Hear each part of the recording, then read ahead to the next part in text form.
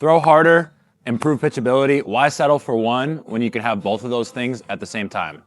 What's up, everybody? I'm Coach Jordan at BRX Performance up in Milwaukee. If you've been playing baseball or played at a competitive level or played in the past or coached it, you've probably heard this common rift between a couple camps in the baseball development world of only train pitchability, only train to get outs and perform on the field, which yes, that does matter the most in the end is how good you are on the field in terms of what levels you're going to get to, how far you're going to go in this game, or just worry about velo. And usually the rift kind of falls somewhere in the camp of they're independent variables. You can't train them both at the same time.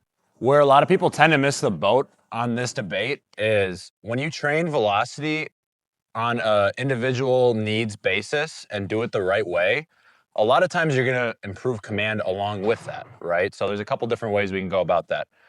If we can kind of go at achieving better velocity by getting better physically, getting better control of our body, moving more efficiently, and then carrying that to the mound where you're going to move a little bit better, achieve better positions, have better energy flow. It's just easier to produce velocity and you're in a better, whatever you want to call it, more efficient movement pattern. A lot of times command's going to improve, consistency is going to improve with that, right? Along with that, you can talk about pitch targeting strategies, adding different pitches to the arsenal to get to different parts of the strike zone so that you're not having to just kind of nibble on the edges. There's a lot that goes into it, right?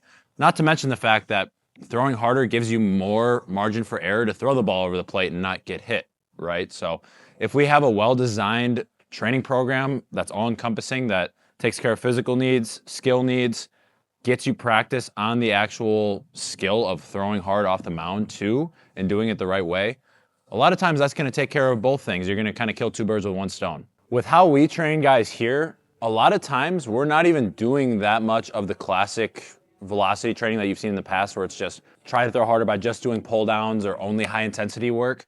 A lot of times we're taking most of our off season to just work on getting better at the skill to throw more efficiently and throw harder.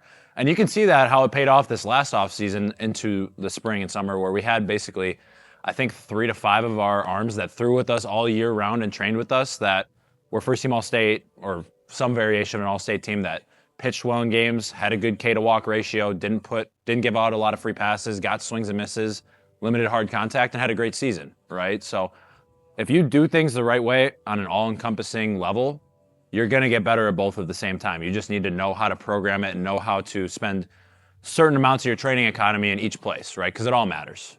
If you're interested in seeing kind of how this plays out in action, we have a free year-round throwing outline that you can check out and download in our bio.